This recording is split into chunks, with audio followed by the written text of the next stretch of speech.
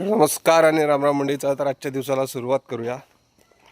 4-5 दिवस झाले एकदम बर्फासारखी थंडी पडते. जसा बर्फ थंड असतो त्याप्रमाणे थंडी पडते.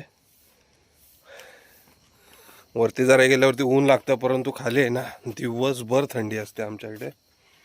त्याच्यामुळे जबरदस्त गारठा पडला यंदा.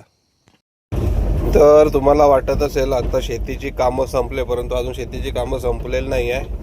आई जाते नाचण्याची काड कापायला आणि आता थोडे दिवस झाले ना, साधारण 1 महिना झाला की लगेचच दुसऱ्या शेतीची तयारी, आपल्या भात शेतीची परत एकदा लगेच तयारीला सुरुवात होईल. डायरेक्ट आलो गोडाऊनमध्ये गाडी भरण्याचं काम चालूच होतं. थंडी असल्यामुळे ऑर्डर फार कमी होती, त्याच्यामुळे गाडी लवकरसुद्धा भरून झाली होती. नाश्ता वगैरे झाला आमचा. त्याच्यानंतर बाबा, मी आणि दादा होता सोबत. ते घेऊन निघालो आपण निवळीच्या मार्केटला.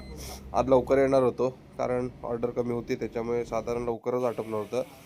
ज्याप्रमाणे पाऊस पडलाय ना त्याप्रमाणे थंडीसुद्धा भरपूरच पडते. अक्षरशः म्हणजे पूर्ण थंडगारच करून टाकले मार्केट पण. माल तर उतरवलेला शेटचा ऑर्डर असते, परंतु आज थोडीशी कमी होती शेटची ऑर्डर. फायनली सगळा माल हातकंबा ते चरवेली झरेवाडी इकडचा सगळा माल होता. सगळा माल उतरवून साधारण दुपारी 2च्या दरम्यान आम्ही रिटर्नसुद्धा आलो. नाही तर आम्हाला संध्याकाळचे साधारण 4 ते 5 वाजतात. परंतु याच्यावरनं तुम्ही विचार करू शकता किती मार्केट थंड आहे ते. शेवटी गोडाऊनला आलो आणि थोडंसं आपल्याला एक बांधकाम करायचं होतं, त्याच्यासाठी हार्डवेअरमध्ये सिमेंट आणायला गेलो होतो. सिमेंट आणलेलं आणि आपली दुसरी गाडी आहे तिचा ताडपत्रीसुद्धा काढायची होती, कारण थंडीतून थोड्या दिवसांनी ऊन पण पडणार आहे, ताडपत्री खराब होईल. त्याच्या म्हटलं आता काढून ठेवूया. ताडपत्री वगैरे काढून झाली. दोन्ही गाड्यांची काढलेली होती. पहिली आपल्या इंट्राची काढलेली होती. त्याच्यानंतर जे सिमेंट आणलं त्याचं आपलं हे अशा प्रकारे बांधकाम सुरू केलं, कारण 2 व्हीलर आणलेली तर ती उन्हामध्ये उभी राहते. म्हटलं डायरेक्ट वरती गोडाऊनमध्ये चढवून ठेवू गाडीला. आणि त्याच्यानंतर मस्तपैकी गाडीला वॉशिंगसाठी आणलं होतं. भरपूर दिवस वॉश केलेली नव्हती गाडीला. तिथून डायरेक्ट आलो वरती करबुडे फाट्यावरती, आपला नेहमीचा स्टॉप बापूंचं हॉटेल.